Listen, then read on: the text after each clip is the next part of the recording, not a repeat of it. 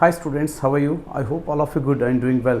Today we are going to discuss all about SSLC English poem summary which is Grandma Climbs a Tree. So ಆತ್ಮೀಯ ವಿದ್ಯಾರ್ಥಿ ಮಿತ್ರರೇ, ಇವತ್ತಿನ ವಿಡಿಯೋದಲ್ಲಿ SSLC English poem ಆಗಿರ್ತಕ್ಕಂಥ grandma claims a tree ಅನ್ನುವಂಥ ಪೋಯಮ್ನ ಸಮ್ರಿಯನ್ನು ಅತ್ಯಂತ ಸುಲಭ ವರ್ಡ್ಸ್ನಲ್ಲಿ ಕಲಿಯೋಣ ಬನ್ನಿ. ಈ ಒಂದು ಪೋಯಮ್ ನಿಮ್ಗೆ ಇರ್ತಕ್ಕಂಥದ್ದು 4 ಅಂಕಗಳಿಗೆ ಮತ್ತು ಈ ಒಂದು ಪೋಯಮನ್ನು ಬರೆದಿರ್ತಕ್ಕಂಥವ್ರು ರಸ್ಕಿನ್ ಬಾಂಡ್ ಅನ್ನುವಂಥ ಸುಪ್ರಸಿದ್ಧ ಇಂಗ್ಲೀಷ್ ಕವಿಗಳು. ಸೊ ಈಗ ತಡ ಮಾಡದೆ ನಾವು ವಿಡಿಯೋನ ಶುರು ಮಾಡೋಣ ಬನ್ನಿ. ನೋಡಿ, grandma claims a tree written by Ruskin bond. So ಆತ್ಮೀಯ ವಿದ್ಯಾರ್ಥಿ ಮಿತ್ರರೇ, ಗ್ರ್ಯಾಂಡ್ಮಾ ಕ್ಲೈಮ್ಸ್ ಅ ಟ್ರೀ ಅನ್ನುವಂಥ ಪೋಯಮನ್ನು ಬರೆದಿರ್ತಕ್ಕಂಥವ್ರು ನಾವು ಈಗಾಗಲೇ ಹೇಳಿರುವ ಹಾಗೆ ರಸ್ಕಿನ್ ಬಾಂಡ್ ಅನ್ನುವಂಥ ಸುಪ್ರಸಿದ್ಧ ಇಂಗ್ಲೀಷ್ ಕವಿಗಳು. ನೋಡಿರಿ, he called his grand mother as genius in this poem. So ಅವರು ತಮ್ಮ ಅಜ್ಜಿನ ಈ ಒಂದು ಪೋಯಮಲ್ಲಿ ಅತ್ಯಂತ ಪ್ರತಿಭಾಶಾಲಿ ಅಜ್ಜಿ ಅಂತ ಕರಿತಾ ಹೋಗ್ತಾರೆ. ಸೊ ಯಾಕಂತ ಅವರು ಹೇಳ್ತಾರೆ ನೋಡ್ರಿ, because she could climb trees very quickly whether it was spreading or high. So ಅವ್ರ ಅಜ್ಜಿನ ಯಾಕೆ ಅವರು ಅತ್ಯಂತ ಪ್ರತಿಭಾವಂತ ಅಜ್ಜಿ ಅಂತ ಕರಿತಿದೆ ಅಂದರೆ, ಅವಳು ಈ ಒಂದು ಮರಗಳನ್ನು ಅತ್ಯಂತ ಶರವೇಗದಲ್ಲಿ ಹತ್ತಿದ್ಲು. ಅದು ಎಷ್ಟೇ ವಿಶಾಲವಾದ ಮರ ಆದರೂ ಆಗಿರಲಿ ಮತ್ತು ಎಷ್ಟು ಎತ್ತರವಾದ ಮರವನ್ನು ಆಗಿರಲಿ, ಆ ಮರಗಳನ್ನು ಆಕೆ ಅತ್ಯಂತ ಸುಲಭವಾಗಿ ಹತ್ತಾ ಇದ್ಳು. ಸೊ ಅದಕ್ಕೋಸ್ಕರ ಅವರು ತಮ್ಮ ಅಜ್ಜಿನ ಬುದ್ಧಿವಂತೆ ಅಂತ ಕರೆದಿದ್ರು ಅಂತ ಈ ಒಂದು ಪೋಯಮ್ ಮೂಲಕ ನಮ್ಗೆ ಹೇಳ್ತಾರೆ. ನೋಡಿ, ಮುಂದೆ ಏನಾಗ್ತಾರೆ ನೋಡ್ರಿ. Even at the age of 62, she was passionate to climb a tree and she learnt it from her loving brother at the age of 6. ಇನ್ನೊಂದು ಕುತೂಹಲಕಾರಿ ವಿಷಯ ಅಂದರೆ, ಅಜ್ಜಿಗೆ 62 ವಯಸ್ಸಾಗಿದ್ದಾಗಲೂ ಕೂಡ ಗಿಡವನ್ನು ಹತ್ತಾ ಇದ್ಳು. ಸಾಕಷ್ಟು ಗಿಡವನ್ನು ಹತ್ತೋದನ್ನು ಪ್ರೀತಿಸ್ತಾ ಇದ್ಳು. ಯಾವ ವಯಸ್ಸಲ್ಲಿ? 62 ವಯಸ್ಸಿನಲ್ಲೂ ಕೂಡ ಗಿಡ ಹತ್ತೋದನ್ನು ಪ್ರೀತಿಸ್ತಾ ಇದ್ಳು ಅಜ್ಜಿ.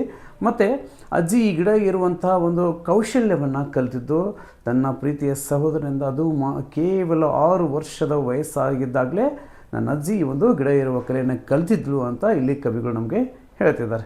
ಮುಂದೆ ನೋಡಿರಿ, everybody fear that granny would fall from a tree one day. ಮತ್ತು ಎಲ್ರಿಗೂ ಏನು ಅನ್ನಿಸ್ತಾ ಇತ್ತಂದರೆ, ಅಂದರೆ ನೆರೆಹೊರೆಯವ್ರಿಗೆ ಏನು ಅನ್ನಿಸ್ತಾ ಇತ್ತಂದರೆ, ಅಜ್ಜಿ ಒಂದಿನ ಗಿಡದಿಂದ ಕೆಳಗೆ ಗಿಡವನ್ನು ಏರಿ ಗಿಡದಿಂದ ಕೆಳಗೆ ಇಳಿಲಿಕ್ಕೆ ಆಗದೇನೆ ಅಜ್ಜಿ ಗಿಡದಿಂದ ಕೆಳಗೆ ಬೆದ್ದು ಬಿಡ್ತಾಳೆ ಅನ್ನುವಂಥ ಒಂದು ಆತಂಕ ನೆರೆಹೊರೆಯವರಿಗೆ ಇತ್ತು ಅಂತ ಇಲ್ಲಿ ನಮ್ಗೆ ಕವಿಗಳು ಹೇಳಲಿಕ್ಕೆ ಹೊರಟಿರ್ತಕ್ಕಂಥದ್ದು.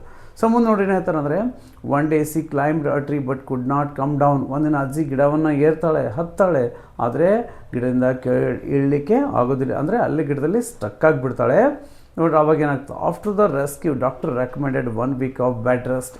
ಹೇಗೋ ನೆರೆಹೊರೆಯವರು ಆ ಅಜ್ಜಿನ ರೆಸ್ಕ್ಯೂ ಮಾಡಿದ್ರೆ, ಅಂದರೆ ಗಿಡದಿಂದ ಕೆಳಗಿಳಿಸಿ ಆಕೆನ ರಕ್ಷಣೆ ಮಾಡ್ತಾರೆ. ಅದಾದ ಬಳಿಕ ಡಾಕ್ಟ್ರ್ ಒಂದು ಸಜೆಷನನ್ನು ಕೊಡ್ತಾರೆ ಅಜ್ಜಿಗೆ. ಏನಂದರೆ 1 ವೀಕ್ ಆಫ್ ಬೆಡ್ ರೆಸ್ಟ್, 1 ವಾರಗಳ ಕಾಲ ಅಜ್ಜಿ ಬೆಡ್ ರೆಸ್ಟ್ ಮಾಡಬೇಕು ಅನ್ನುವಂಥ ಸಲಹೆಯನ್ನು ಕೊಡ್ತಾರೆ ಡಾಕ್ಟ್ರು. ಸೊ ಅವಾಗ ಏನಾಯ್ತು ನೋಡ್ರಿ, but for granny it was like a brief season in hell. ಆದರೆ ಅಜ್ಜಿಗೆ ಡಾಕ್ಟ್ರ್ ಕೊಟ್ಟಂಥ ಸಲಹೆ ಐತಲ್ಲ, 1 ವಾರ ಬೆಡ್ ರೆಸ್ಟ್ ಮಾಡಬೇಕು, ಮನೆಯಲ್ಲೇ ಇರಬೇಕು ಅನ್ನುವಂಥದ್ದು, ಅದು ಅಜ್ಜಿಗೆ ಹೆಂಗೆ ಅನ್ನಿಸ್ಬಿಡ್ತಾರೆ, ಸೀಸನ್ ಇನ್ ಹೆಲ್. ಹೆಲ್ ಅಂದರೆ ನರಕ. ಅದು ಅಜ್ಜಿಗೆ ಒಂದು ರೀತಿ 1 ವಾರ ಬೆಡ್ ರೆಸ್ಟ್ ಅನ್ನುವಂಥದ್ದು ನರಕ ಯಾತನೆ ಅಂತ ಆಕೆಗೆ ಅನಿಸಿತು. ಒಂದು ನರಕದಲ್ಲಿ ಒಂದು ಸೀಸನ್ ನಾನು ಕಳೀತಿದ್ದೀನಿ ಅನ್ನುವಂಥ ಫೀಲ್ ಆಕೆಗೆ ತಂದು ಕೊಟ್ಟಿತ್ತು. ಸೊ ಅಂದರೆ ಯಾಕೆ ಈ ಫೀಲ್ ಅಜ್ಜಿಗೆ ಬರ್ತಂದರೆ, ಅಜ್ಜಿ ಯಾವಾಗಲೂ ನೇಚರನ್ನು ಪ್ರೀತಿಸುವಂಥವಳು. ಗಿಡದಲ್ಲಿ ಹೆಚ್ಚು ಕಾಲವನ್ನು ಅಜ್ಜಿ ಕಳೀತಾ ಇದ್ಳು. ಹಾಗಾಗಿ ಬೆಡ್ ರೆಸ್ಟ್ ಅನ್ನುವಂಥದ್ದು ಆಕೆಗೆ ನರಕದ ರೀತಿಯಲ್ಲಿ ಅನಿಸಿತು ಅಂತ ಹೇಳ್ತಾರೆ ಕವಿಗಳು. ನೋಡಿರಿ, she demanded a house to be built in a tree top. ಮತ್ತು ಅದಾದ ಬಳಿಕ 1 ವಾರ ಆಯಿತು, ರೆಸ್ಟ್ ಆಯಿತು, ರಿಕವರಿ ಆದಳು ಅಜ್ಜಿ. ಅದಾದ ಬಳಿಕ ತನ್ನ ಮಗನನ್ನು, ಅಂದರೆ ಪೊಯೆಟ್ ಅವರ ತಂದೆಯನ್ನು ಕರೆದುಬಿಟ್ಟು, ನನಗೆ ಒಂದು ಮರದಲ್ಲಿರುವ ಒಂದು ಮನೆಯೇ ಬೇಕು ಅಂತ ಡಿಮಾಂಡ್, ಅದು ಬೇಡಿಕೆಯನ್ನು ಇಡ್ತಾಳೆ ತನ್ನ ಮಗನಿಗೆ ಅಜ್ಜಿ ಅಂತ ಹೇಳ್ತಾರೆ ಕವಿಗಳು. ನೋಡ್ರಿ, the poet's father was dutiful fulfilled his mother's wish. So ಇಲ್ಲಿ ಕವಿಗಳ ತಂದೆ ಎಂಥವರಾಗಿದ್ರು ಅಂದರೆ, ತಮ್ಮ ಒಂದು ತಾಯಿಯ ಆಸೆ ಆಕಾಂಕ್ಷೆಗಳನ್ನು ಅರಿಯಬಲ್ಲವರಾಗಿದ್ದರು, ಅರ್ಥ ಮಾಡ್ಕೊಳ್ಳಬಲ್ಲವರಾಗಿದ್ದರು.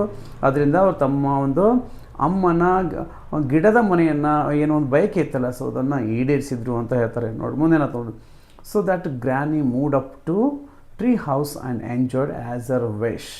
ಸೊ ಕೊನೆಗೆ ಏನು ಮಾಡಿದೆ ಆಯ್ತಂದರೆ, ಅಜ್ಜಿದ್ರಲ್ಲ ತಮ್ಮ ಒಂದು ಗಿಡದ ಮನೆ ರೆಡಿ ಆದ ಬಳಿಕ ಆ ಗಿಡದ ಮನೆಗೆ, ಅಂದರೆ ಟ್ರೀ ಹೌಸ್ಗೆ ಏನು ಮಾಡ್ತಾಳೆ, ಶಿಫ್ಟ್ ಆಗಿಬಿಟ್ಟು ಅಲ್ಲಿ ತನ್ನ ಬಯಕೆ ಅನುಗುಣವಾಗಿ ತಾನು ಅಂದ್ಕೊಂಡಾಗೆ ತನ್ನ ಇಡೀ ಜೀವನವನ್ನು ಅವನ ಮನೆಯಲ್ಲಿ ಕಳೀತಾಳೆ ಅಂತ ಇಲ್ಲಿ ಕವಿಗಳು ಈ ಒಂದು ಪೋಯಮ್ ಮೂಲಕ ನಮಗೆ ತಿಳಿಸ್ಕೊಡ್ತಾರೆ. ಅಂದರೆ ಒಟ್ಟಾರೆಯಾಗಿ ಹೇಳಿದ್ರೆ, ಅಜ್ಜಿ ಮರವನ್ನು ಮತ್ತು ಇಡೀ ಪರಿಸರವನ್ನು ಪ್ರೀತಿಸ್ತಿದ್ದಳು. ಅನ್ನುವಂಥ ಒಂದು ವಿಚಾರವನ್ನು ಇಲ್ಲಿ ಈ ಒಂದು ಕವಿತೆ ಮೂಲಕ ನಮಗೆ ಕವಿಗಳು ಹೇಳ್ತಾರೆ. ಮತ್ತು ಆಕೆ ಅತ್ಯಂತ ಸುಲಭವಾಗಿ ಮತ್ತು ವೇಗವಾಗಿ ಗಿಡವನ್ನು ಹತ್ತುವಂಥ ಕೌಶಲ್ಯವನ್ನು ಹೊಂದಿರೋದ್ರಿಂದ ಆಕೆಗೆ ಪದ್ಯದ ಆರಂಭದಲ್ಲಿ ನಮ್ಮ ಕವಿಗಳು ಏನು ಕರೀತಾರೆ ಅಂದರೆ my grandmother was genius. So genius ಅನ್ನುವಂಥದ್ದು ಸಾಕಷ್ಟು ಇಂಪಾರ್ಟೆಂಟ್ ವರ್ಡ್ ಆಗ್ತದೆ ಇಡೀ ಒಂದು ಸಮರಿನಲ್ಲಿ ಅಂತ ಹೇಳ್ತಾ. ಸೊ ವಿದ್ಯಾರ್ಥಿಗಳೇ, ಈ ಪೋಯಮ್ ನಿಮಗೆ ಸಾಕಷ್ಟು ಇಂಪಾರ್ಟೆಂಟ್ ಆಗಿರುವಂಥದ್ದು. 36 ಕ್ವಶನ್ ಅಲ್ಲಿ ಇದೇ ಪ್ರಶ್ನೆ ಇರ್ತದೆ, ಅಂದರೆ ಸಮರಿಯನ್ನು ಬರೀರಿ ಗ್ರ್ಯಾಂಡ್ ಮಾ ಕ್ಲೈಮ್ಸ್ಟಿಗೆ ಸಂಬಂಧಪಟ್ಟಂತೆ ಅಂತ ಇರ್ತದೆ. ಹಾಗಾಗಿ ವಿಡಿಯೋನ ನೀಟಾಗಿ ಒಂದು ಸಲ ನೋಡ್ಕೊಳ್ಳಿ. ಅದಾದ ಬಳಿಕ ನಿಮ್ಮ ಒಂದು ಸಮರಿನ ವಿಡಿಯೋನ ಪಾಸ್ ಮಾಡಿ ಬರ್ಕೊಳ್ರಿ ಅಂತ ಹೇಳ್ತಾ. ಸೊ ನೆಕ್ಸ್ಟ್ ವಿಡಿಯೋನಲ್ಲಿ ಮತ್ತೆ ಭೇಟಿಯಾಗೋಣ. ಅಲ್ಲಿವರೆಗೂ ತಮ್ಮೆಲ್ಲರಿಗೂ ಧನ್ಯವಾದ. ಮತ್ತು ನಾನು ಹೇಳ್ಕೊಟ್ಟಿರ್ತಕ್ಕಂಥ ರೀತಿ ನಿಮ್ಮೆಲ್ಲರಿಗೂ ಅರ್ಥವಾಗಿದ್ದರೆ ಕಮೆಂಟ್ ಸೆಕ್ಷನಲ್ಲಿ ನಿಮ್ಮ ಅನಿಸಿಕೆ ಅಭಿಪ್ರಾಯನ ಮೆನ್ಷನ್ ಮಾಡಿರಿ. ಜೊತೆಗೆ ಇದು ಈ ಒಂದು ಪದ್ಯ ನಿಮಗೆ ನಾನು ಹೇಳ್ಕೊಟ್ಟಿರ್ತಕ್ಕಂಥ ರೀತಿ ಅರ್ಥ ಆಗಿದ್ದರೆ ಲೈಕ್ ಮಾಡಿ, ಸಾಧ್ಯ ಆದರೆ ವಿಡಿಯೋನ ನಿಮ್ಮ ಫ್ರೆಂಡ್ಸ್ ಜೊತೆಗೆ ಕೂಡ ಶೇರ್ ಮಾಡಿರಿ ಅಂತ ಹೇಳ್ತಾ. So until then bye, take care, thank you.